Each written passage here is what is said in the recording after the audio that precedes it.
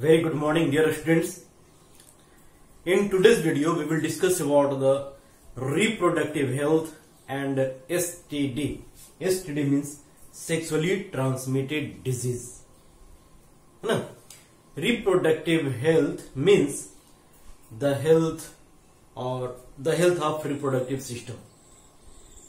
जैसे physical health होता है, मेंटल हेल्थ होता है, इन सेम वे रिप्रोडक्टिव हेल्थ भी होता है। फिजिकल हेल्थ में हमारा फिजिक सही होना चाहिए, मेंटल हेल्थ मीन्स हमारा मेंटल स्टेटस सही होना चाहिए। वैसे ही रिप्रोडक्टिव हेल्थ मीन्स हमारा रिप्रोडक्टिव सिस्टम का जो भी ऑर्गन है वो सही से फंक्शन करना चाहिए। ठीक है, अगर फिजिकल हेल्थ में कुछ इश्यू होता है, मेंटल हेल्थ में कुछ इश्यू होता है ना, तो हम लोग डॉक्टर से मिलते हैं, इलाज वगैरह करवाते हैं, खुल के बात करते हैं उसके ऊपर। बट रिप्रोडक्टिव इश्यूज या रिप्रोडक्टिव हेल्थ का जब बात आता है तो लोग खुल के बात करने से कतराते हैं। ठीक है, तो कतराने का बात नहीं है, अपना जो भी इश्यूज है उसे खुलकर डॉक्टर के सामने एटलीस्ट डॉक्टर के सामने खुल के रखने का जरूरत है। क्योंकि आज हर एक रिप्रोडक्टिव इश्यूज का हमारे मेडिकल साइंस में कुछ न कुछ इलाज है। तो क्या क्या वो रिप्रोडक्टिव इश्यूज हो सकते हैं? तो पहले मेल का बात करते हैं हम लोग। मेल में देखिए, सबसे पहला रिप्रोडक्टिव हेल्थ का मतलब हो गया रिप्रोडक्टिव सिस्टम सही से काम करे। मतलब अगर मेल है तो वो फादर बनने के काबिल हो, और फीमेल है तो वो मदर बनने के काबिल हो। अगर वो ये काबिलियत है मतलब वो रिप्रोडक्टिव रूप से वो ठीक ठाक है, उनका हेल्थ ठीक। और ये काबिलियत नहीं है किसी भी कारण से, मतलब रिप्रोडक्टिव इश्यूज उनके अंदर हैं। तो क्या क्या इश्यूज मेल के अंदर हो सकता है, क्या क्या इश्यूज फीमेल के अंदर हो सकते हैं, इसी का डिस्कशन आज के टॉपिक में हम लोग करेंगे। अगर मेल का बात करें तो इसमें स्पर्म काउंट कम हो सकता है, स्पर्म की मोर्टेलिटी, स्पर्म की वायबिलिटी कम हो सकती है, जिसके कारण वो फादर नहीं बन सकते। किसी किसी केस में ऐसा होता है कि जो टेस्टिस है वो स्क्रोटम में डिसेंडेंट होकर नहीं आ सका है और वो एब्डोमिनल कैविटी में ही रह गया। ठीक है, ये रेयर ऑफ रेयरेस्ट केस में ऐसा होता है। होता यह है कि एम्ब्रियोनिक स्टेज में टेस्टिस एब्डोमिनल कैविटी में होता है, and just prior to their birth that testis descending to the scrotum and out pouch below the abdominal cavity, है ना। एब्डोमिनल कैविटी के नीचे एक पाउच जैसा स्ट्रक्चर है जिससे स्क्रोटम कहते हैं। उस स्क्रोटम में टेस्टिस को रखा जाता है ताकि उसका टेम्परेचर हमारे बॉडी के टेम्परेचर से कम रहे, और ये कम टेम्परेचर जरूरी होता है स्पर्म के प्रोडक्शन एंड मैच्योरेशन के लिए। तो रेयर ऑफ रेयरेस्ट केस का बात कर रहे हैं कि किसी किसी में ऐसा होता है मेल में कि वो टेस्टिस उतर कर स्क्रोटम में नहीं आ सकता, तो वैसे मेल फादर नहीं बन सकते। ठीक है, क्योंकि उनमें स्पर्म प्रोडक्शन नहीं होता, अगर होता भी हो तो उसकी मैच्योरिटी नहीं हो पाती। क्लियर? तो इसके लिए ऑपरेशन सर्जरी वगैरह करवाया जाता है शुरुआत में ही। तो हमारे पास इलाज है। दूसरा है स्पर्म काउंट कम हो जाना। तो स्पर्म काउंट बढ़ाने के लिए स्पर्म की मोर्टेलिटी वायबिलिटी कम हो, तो उसकी मोर्टेलिटी एंड वायबिलिटी को बढ़ाने के लिए भी ड्रग्स हैं हमारे पास। ठीक है, तो ये सारे प्रोसेस होते हैं। और उसके बावजूद अगर नहीं हो पाता है तो फिर दूसरा प्रोसेस भी है जिसे बोलते हैं आर्टिफिशियल इंसेमिनेशन। यानी कि अगर मेल पार्टनर उसका स्पर्म वायबल नहीं है तो किसी दूसरे का स्पर्म आर्टिफिशियली इंसेमिनेट किया जा सकता है फीमेल पार्टनर के बॉडी में। राइट? अगर फीमेल का बात करें हम लोग तो फीमेल में क्या क्या इश्यूज हो सकते हैं? फीमेल में हो सकता है कि उसका फैलोपियन ट्यूब किसी प्रकार से ब्लॉक हो गया।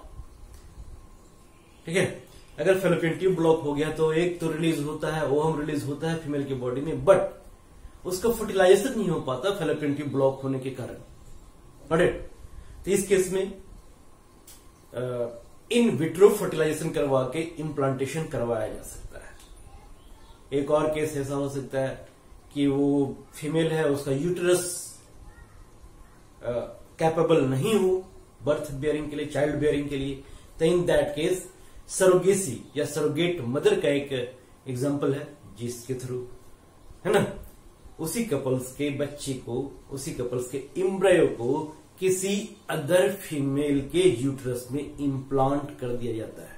और वो जो दूसरी फीमेल होती है ना, ये सपोज कि एक कपल है ए एंड बी, क्लियर, तो इनके एम्ब्रियो को किसी अदर फीमेल सी के बॉडी में इम्प्लांट कर दिया जाएगा।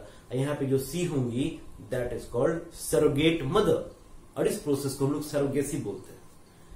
इस प्रकार से इन विट्रो फर्टिलाइजेशन है, सरोगेसी है, आर्टिफिशियल इंसेमिनेशन है, बहुत सारे टेक्निक्स हैं, बहुत सारे मेडिसिन हैं जिसके थ्रू हम लोग इस रिप्रोडक्टिव इश्यूज का इलाज किया जा सकता है। बट लेकिन जरूरत है तो खुल के सामने आने की। पहले के जमाने में, ठीक है, कुछ साल पीछे ही चले जाएं हम लोग, तो किसी भी प्रकार का रिप्रोडक्टिव इश्यूज हो, यानी कि कोई कपल अगर माँ बाप नहीं बन पा रहे हैं तो इसका सारा दोष सिर्फ और सिर्फ महिलाओं के सर पे मढ़ दिया जाता था कि कहीं न कहीं प्रॉब्लम उस फीमेल में ही है और मेल की दूसरी शादी करवा दी जाती थी। लेकिन आज वैसा नहीं है। आज जाइए डॉक्टर से मिलिए और वो बताएंगे कि प्रॉब्लम मेल में है या प्रॉब्लम फीमेल में है। प्रॉब्लम दोनों में से किसी में भी हो सकता है, करेक्ट। और जो भी प्रॉब्लम है उसका इलाज करवाना है, किन्हीं भ्रांति में नहीं पड़ना, खुल के बात करनी है, सबसे नहीं डॉक्टर से, क्लियर। तो हो गया रिप्रोडक्टिव हेल्थ का बात। Now STD, sexually transmitted disease, means class 9 में हम लोग पढ़े थे कुछ डिजीज के बारे में, इन्फेक्शियस डिजीज के बारे में, which transmitted from one person to another person, ठीक है। और ट्रांसमिशन का जरिया अलग अलग हो सकता था। इसी में से हम उस जरिए का बात कर रहे हैं जो सेक्सुअल कॉन्टैक्ट के थ्रू ट्रांसमिट होता हो, means the disease which transmit through sexual contact is called sexually transmitted disease, ठीक है। और इसमें हम लोग को पढ़ना है क्या क्या, तो सेक्सुअली ट्रांसमिटेड डिजीज बैक्टीरियल भी हो सकता है और वायरल भी हो सकता है, यानी कि वैसे डिजीज जो बैक्टीरिया के थ्रू होते हों या फिर वैसे डिजीज जो वायरस के थ्रू होते हों। तो बैक्टीरिया के थ्रू होने वाला 2 डिजीज है जिसका नाम हमको याद रखना है, गोनोरिया एंड सिफिलिस, ठीक है। कौन कौन डिजीज हैं एक बार हम लिख लेते हैं बोर्ड पे। तो एसटीडी में 3 नाम हमें याद रखने हैं, गोनोरिया, सिफिलिस और ads. Gonorrhea and syphilis, these 2 diseases are caused by bacteria, ठीक है, and AIDS it is caused by virus, got it। चाहे तो ये नाम भी याद रख सकते हैं कि गोनोरिया का कॉजेटिव एजेंट कौन है, तो it is caused by N gonorrhea, and syphilis it is caused by T pallidum, got it, clear. तो 10th तक में तो ये नाम नहीं पूछे जाएंगे, बस इतना पूछा जाएगा कि बैक्टीरिया से होने वाला डिजीज कौन कौन है एसटीडी, तो यह है गोनोरिया एंड सिफिलिस, ठीक है। इन दोनों डिजीज में क्या होता है, तो इन दोनों डिजीज में जो male and female genital organs हैं, ठीक है, दे बिकेम इन्फेक्टेड, उसमें इन्फेक्शन हो जाता है, उसके म्यूकस लेयर में इन्फेक्शन हो जाता है, उसके जेनेटल ट्रैक में इन्फेक्शन हो जाता है, and it causes too much burning sensation, ठीक है, पस बन सकता है, बर्निंग सेंसेशन हो सकता है, काफी तकलीफदायक होता है ये। बट अच्छी बात यह है कि इन दोनों का इलाज संभव है ना। इसका इलाज आसान है, कुछ एंटीबैक्टीरियल है जिसका एंटीबायोटिक्स, ठीक है, उनका कोर्स करने के बाद ये ठीक हो जाते हैं। चलिए नेक्स्ट है एड्स।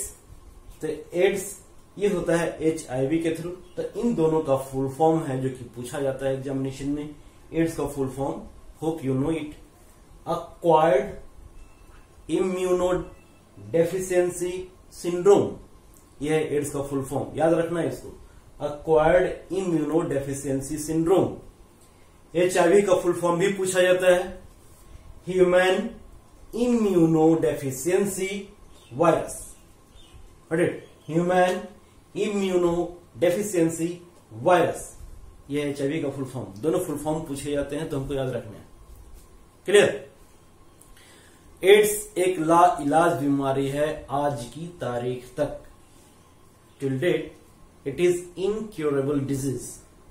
व्हाट इट मीन, मतलब ये कि इसका दवा आज तक नहीं बना है, इसका कोई वैक्सीन भी नहीं बना है। तो एड्स से बचने का एकमात्र तरीका है कि एड्स को जानिए कि ये कैसे होता है और सुरक्षित रहिए। ठीक है, क्लियर। तो एड्स का जो ये वायरस है HIV, ये अपना रूप, ये अपना फॉर्म हमेशा बदलते रहता है। इस कारण से इसका वैक्सीनेशन या इसका वैक्सीन बना पाना अभी तक संभव नहीं है। इसका ड्रग्स भी अभी तक नहीं बन पाया है, कोई मेडिसिन नहीं बन पाया है। HIV क्या करता है, it attacks on our white blood cells. ये हमारे व्हाइट ब्लड सेल्स जो कि हमारे बॉडी का सोल्जर होता है, उसके ऊपर ये अटैक करता है। अगर हमारा सोल्जर का संख्या ही कम हो जाए, हमारे सोल्जर ही कमजोर हो जाए, तो our body becomes susceptible to many diseases. और इस प्रकार से डिफरेंट डिफरेंट बीमारियों का घर बन जाता है हमारा शरीर, और उन बीमारियों की वजह से पेशेंट की मौत हो जाती है। राइट, तो ये एड्स का सबसे बड़ा ड्रॉबैक है कि हमारे शरीर के इम्यून सिस्टम को ही कमजोर कर देता है। क्लियर। तो एड्स से बचने का तरीका क्या है, तो इसके लिए काफी बढ़िया सा स्लोगन हम कहीं देखे थे। वो स्लोगन क्या था, तो वो था know AIDS for no AIDS. मतलब एड्स नहीं हो, इसके लिए क्या करना चाहिए, तो एड्स को जानना चाहिए, समझना चाहिए कि एड्स होता कैसे। ठीक है, और जिन जिन कारणों से एड्स हो सकता है, उन कारणों से हम लोग दूर रहेंगे, अवॉइड करेंगे। तो सबसे पहला कारण, एड्स जब भी फैलेगा एक बॉडी से दूसरे बॉडी में, तो अगर कोई इन्फेक्टेड पर्सन है तो उसके बॉडी फ्लूइड का कांटेक्ट, खास करके ब्लड का कांटेक्ट अगर नॉन इन्फेक्टेड पर्सन के बॉडी से हो जाए तो इन्फेक्शन स्प्रेड कर सकता है। क्लियर। तो इसका तरीका क्या क्या है, तो ये हो सकता है सिरिंज के थ्रू, रेजर्स के थ्रू। ठीक है, एक ही सिरिंज से एक से अधिक पेशेंट को कर दे देते हैं, एक ही रेजर से बहुत सारे लोगों का सेविंग कर लेते हैं, तो ये स्प्रेड होने का चांसेस है। तो आजकल इसके लिए हम लोग क्या किए हैं, तो डिस्पोजेबल सिरिंज का इस्तेमाल किया जाता है। अगर रेजर भी कर रहे हैं तो वहां पे हम लोग ब्लेड चेंज कर सकते हैं। ठीक है, यहां तो प्रिकॉशन ले ही रहे। अगर इन्फेक्टेड पेशेंट का ब्लड हेल्दी को दे दिया जाए तो वो हेल्दी भी एड्स से पीड़ित हो जाएगा। इसलिए जब भी ब्लड ट्रांसफ्यूजन करते हैं तो HIV का टेस्ट वहां पे कर लिया जाता है। इतना सारा प्रिकॉशन तो हम लोग ले ही रहे हैं। अगर किसी प्रेग्नेंट लेडी को है, ठीक है, तो उसके अजन्मे बच्चे को भी एड्स हो सकता है। यानी कि किसी कपल को अगर एड्स हो गया है तो उसके बच्चे को एड्स जन्म से ही रहेगा। तो बेहतर ये होगा कि वैसे बच्चे को हम जन्म ही ना दें। क्लियर। यानी कि टर्मिनेशन करवा लेंगे प्रेगनेंसी का, एबॉर्शन करवा लेना ज्यादा बेहतर होगा कि एक बीमार बच्चे को जन्म दिया जाए। क्लियर। और सबसे इंपॉर्टेंट, ये स्प्रेड हो सकता है अनप्रोटेक्टेड सेक्स के दौरान। ठीक है, अनप्रोटेक्टेड सेक्स अगर कर रहे हैं तो वहां पे एड्स स्प्रेड होने का चांसेस ज्यादा होता है। That's why it is considered as STD, sexually transmitted diseases.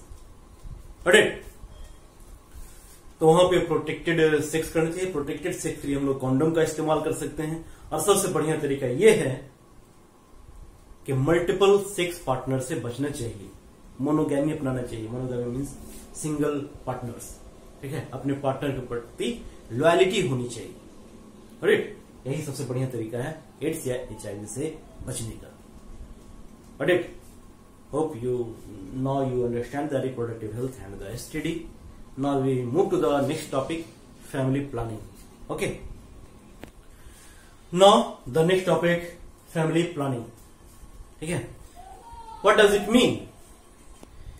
It means to plan the size of our family. है ना, फैमिली कितना बड़ा हो इसी को प्लान करना फैमिली प्लानिंग कहलाता है। मीन्स हमारे बच्चे कितने हो और उन बच्चों के बीच में गैप कितना हो। ठीक है, this is the family planning. और इसी को हम लोग बोलते हैं method of contraception. Contraception means prevention of conception is called contraception. ठीक है, prevention of conception is called contraception. Right, ऐसे को हम लोग फैमिली प्लानिंग बोलते हैं। सबसे पहला पॉइंट हम लोग ये डिस्कस करते हैं कि इसकी जरूरत क्या है, क्यों ये पढ़ाया जा रहा है बच्चों को, क्या इसका इंपॉर्टेंस है। और ये सिर्फ आज के बच्चों को ही नहीं, सभी के लिए ये चीज है। ठीक है, we all should know this techniques and its importance. अगर आज की तारीख में देखा जाए तो इस स्टेट में, इस कंट्री में या इस अर्थ पे जितने भी तरह के प्रॉब्लम्स हैं, अगर उन सारे प्रॉब्लम्स के रूट का बात किया जाए, जड़ का बात किया जाए, तो वो है बढ़ती जनसंख्या। ये आबादी, बेरोजगारी का बात कर लें, पोल्यूशन का बात कर लें, इसका उसका चाहे आप जिसका भी बात कर लें, ठीक है, सबके रूट में अगर आप पहुंचने का कोशिश कीजिएगा ना, तो कहीं ना कहीं ये आबादी, ये पॉपुलेशन ही मूल कारण है। राइट? तो सबसे पहले इस पॉपुलेशन को ही कंट्रोल करना होगा, और ये कंट्रोल करना ही चाहिए। लोगों की मान्यता थी कि बच्चे जो होते हैं भगवान, ईश्वर, अल्लाह इनकी देन है। ऐसा नहीं है, ठीक है, ऐसा कुछ नहीं है। ये कितने बच्चे हो ये हमारे ऊपर डिपेंड करता है। बच्चों के बीच में गैप कितना हो ये भी हमारे ऊपर डिपेंड करता है। अगर बच्चों के बीच में गैप होगा तो इससे जो माँ है, जो फीमेल है, फीमेल पार्टनर है, उनका हेल्थ अच्छा रहता है। बच्चे अगर कम होते हैं तो स्लोगन पढ़ते ही होंगे, छोटा परिवार सुखी परिवार, ठीक है। बच्चे कम होते हैं तो उनकी जरूरतें कम होती हैं, तो जो भी हमारा इनकम है उसी में उसको अच्छे से खिलाना, पिलाना, पढ़ाना, उनकी छोटी छोटी ख्वाहिशों को पूरा करना, ये सब हमारी जिम्मेदारियां बन जाती हैं। सिर्फ बच्चे पैदा कर देने से नहीं होता, ठीक है। इसलिए फैमिली प्लानिंग जरूरी है, ताकि हमारे ऊपर, हमारे समाज के ऊपर, हमारे देश के ऊपर बर्डन कुछ कम हो। ऑलराइट, तो खुद के बारे में भी सोचिए, परिवार के बारे में सोचिए, समाज के बारे में सोचिए, देश के बारे में सोचिए, और अपने बच्चों की संख्या को कम रखने की कोशिश कीजिए, 1 या 2, इससे ऊपर बिल्कुल नहीं, ठीक है। चलिए अब टेक्निक क्या क्या हो सकता है, किस प्रकार से 2 बच्चों के बीच में हम लोग गैप रख सकते हैं, या फिर बच्चों की आबादी कम रख सकते हैं हम लोग, ठीक है।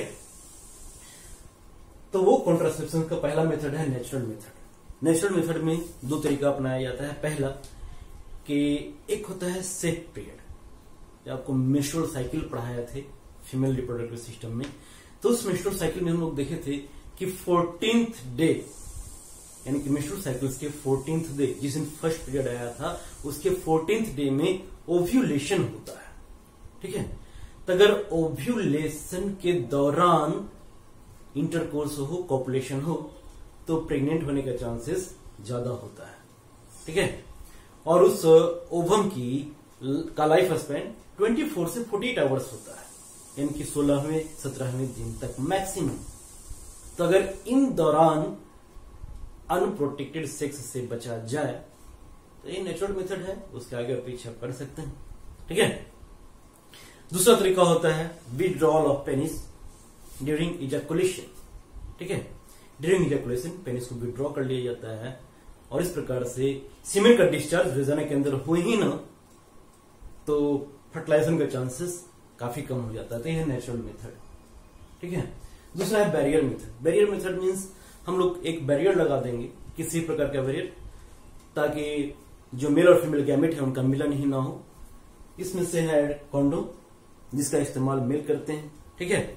Male wears this condom on their erect penis during intercourse, ठीक है, during copulation, and the ejaculated semen get trapped in the condom.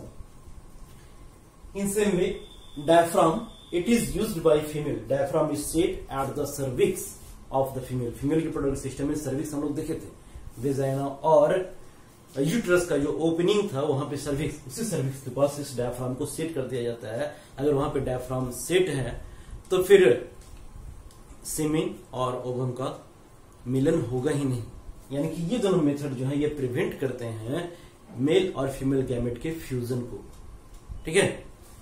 Next one, कौन किसके द्वारा इस्तेमाल किया जाता है, हमको याद रखना है। कॉन्डोम मेल इस्तेमाल करता है और फीमेल डायफ्राम इस्तेमाल करती है।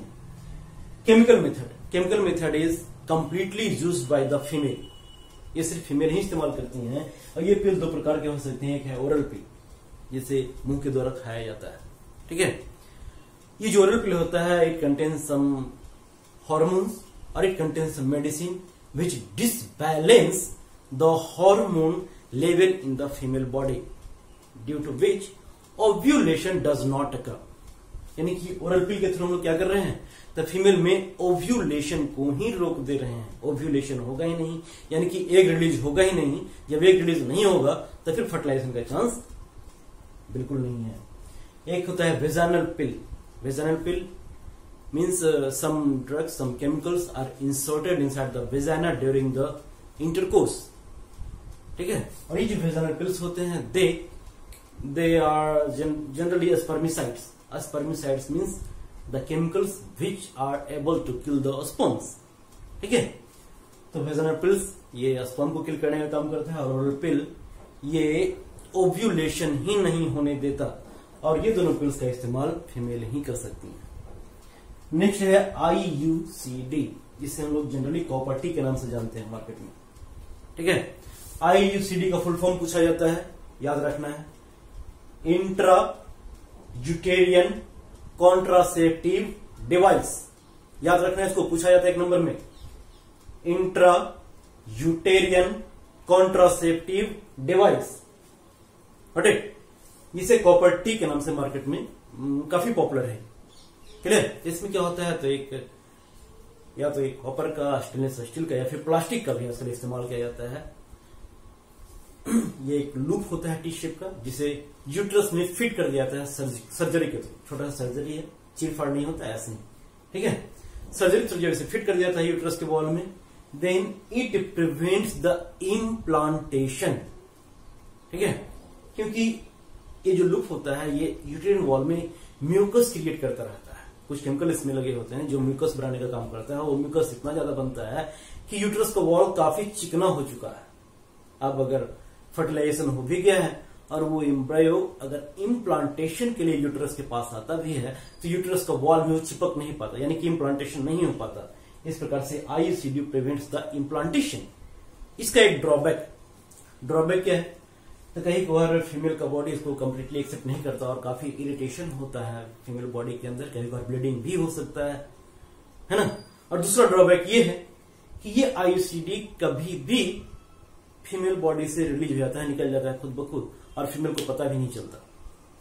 अब पता नहीं चलता है कि भाई IUCD रिलीज हो गया है, and they are quite sure कि I am using the copper T, I am using the IUCD, so now we can do the unprotected sex, and in that case they can become pregnant due to loss of copper T.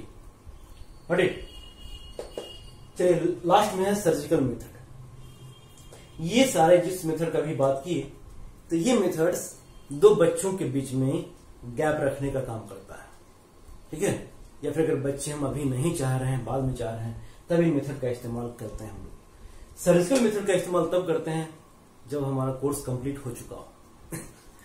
कहने का मतलब जितना भी चाह रहे हैं, 1 बच्चे या 2 बच्चे, जितने चाह रहे हैं उतना अगर हो गया है, आपकी मुराद पूरी हो चुकी है, तब सर्जिकल मेथड हम लोग करवाते हैं। सर्जिकल मेथड 2 है, एक टिबेक्टोमी और एक वेसिक्टोमी।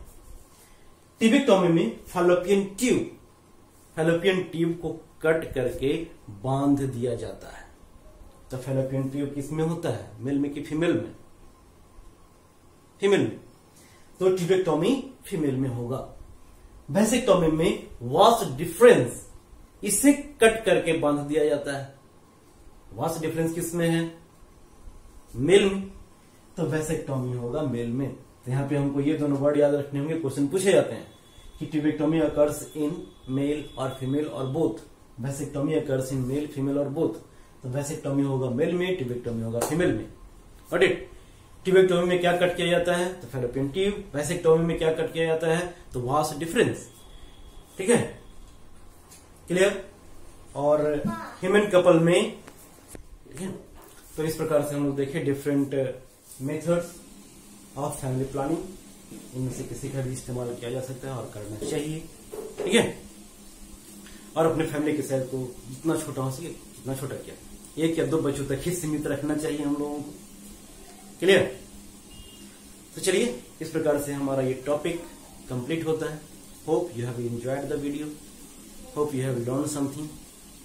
सो take care, see you in the next video, bye.